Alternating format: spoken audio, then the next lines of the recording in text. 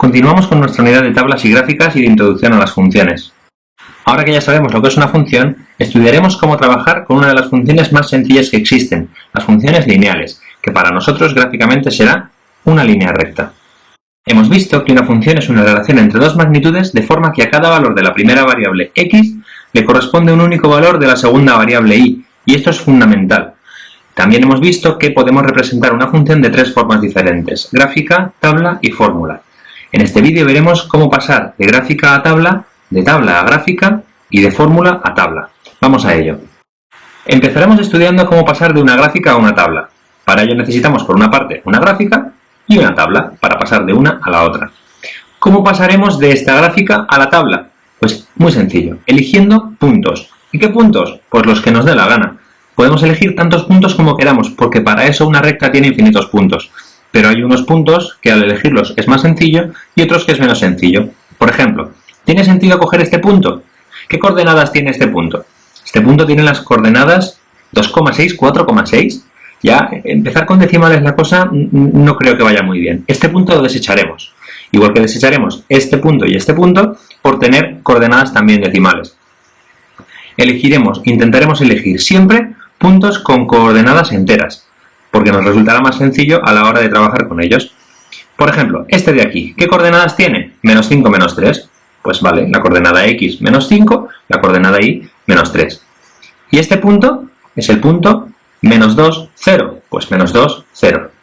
Y este punto de aquí es el punto 0, 2. Pues a la tabla 0, 2.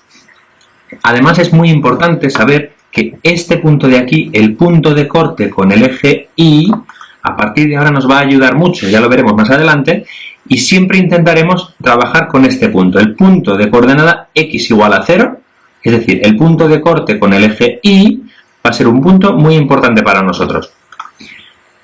Este punto de aquí tiene coordenadas 1, 3, lo ponemos en la tabla. Este punto de aquí tiene coordenadas 3, 5, lo ponemos en la tabla.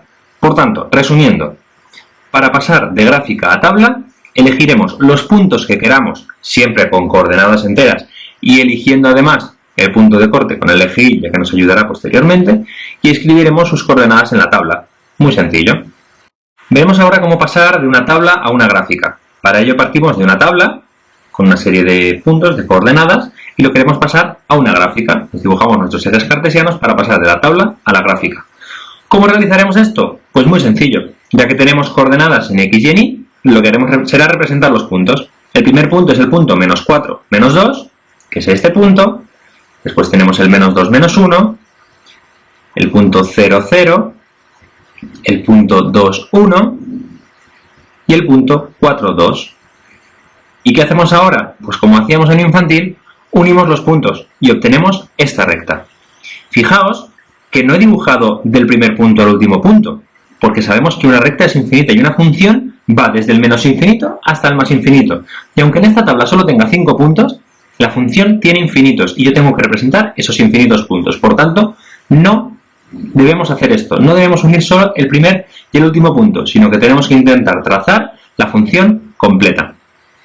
Por tanto, para pasar de tabla a gráfica, simplemente tenemos que representar gráficamente los puntos de la tabla y unirlos.